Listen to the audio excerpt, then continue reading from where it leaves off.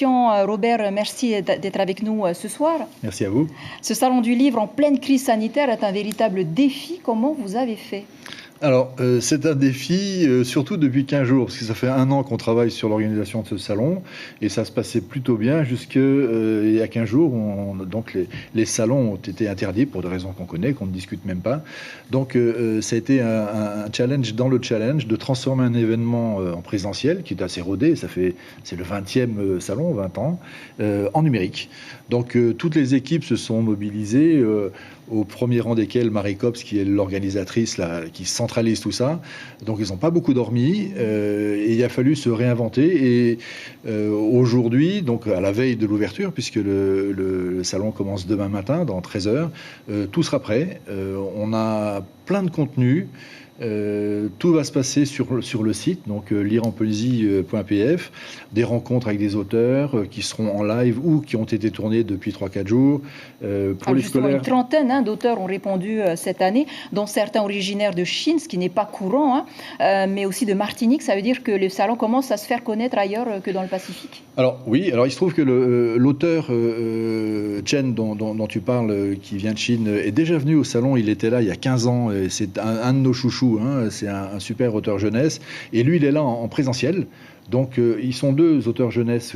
On a un partenariat avec le ministère de l'Éducation qui choisit les auteurs jeunesse pour les faire intervenir dans les classes. Alors on les a fait venir en amont pour qu'ils respectent une septaine, un isolement pour pas évidemment porter un risque dans les écoles, et ils vont se déplacer dans les écoles. Ils ont commencé depuis le début de la semaine, et après il y a d'autres rencontres qui se feront en numérique.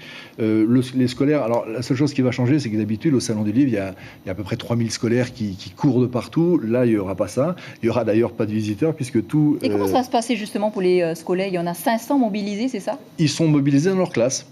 Donc soit les auteurs vont dans les classes, il faut raconter leurs histoires, ce sont des auteurs, soit c'est en numérique et la classe est connectée.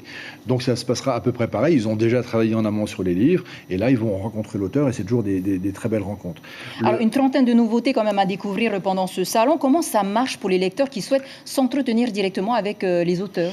Alors il y aura la barrière du numérique, mais qui est également quelque chose qui va rapprocher. Donc tout le programme sera sur le site. Les rencontres, on peut faire son programme sur le site. Lorsqu'on arrive sur la page, il y a le programme au jour le jour et tout ce qu'on a fait, les rencontres. Donc tu cliques dans rencontres et tu vas voir Vaï Touhiava qui présente le dernier bulletin de la SEO, ou bien Robert Koenig qui présente un livre de Ailepo, une nouveauté, enfin toutes les nouveautés présentes. Et après, il y a également un petit bouton qui s'appelle Vos livres en un clic, où on pourra acheter les livres, mais comme il n'y aura pas de présentiel, tout se fera par Internet. Et il y a une possibilité d'avoir une dédicace, puisque les auteurs viendront, je pense à Tehiura en particulier, où plein de gens veulent une dédicace de Tehiura. Donc les gens peuvent réserver une dédicace, et lui, dimanche, fera ses dédicaces. Et ensuite, les gens pourront récupérer leurs livres, ou s'ils sont dans les îles, on les expédiera par la poste. Christian Robert, merci beaucoup d'avoir accepté notre invitation. Le Salon du Livre, c'est donc du 12 au 15 novembre.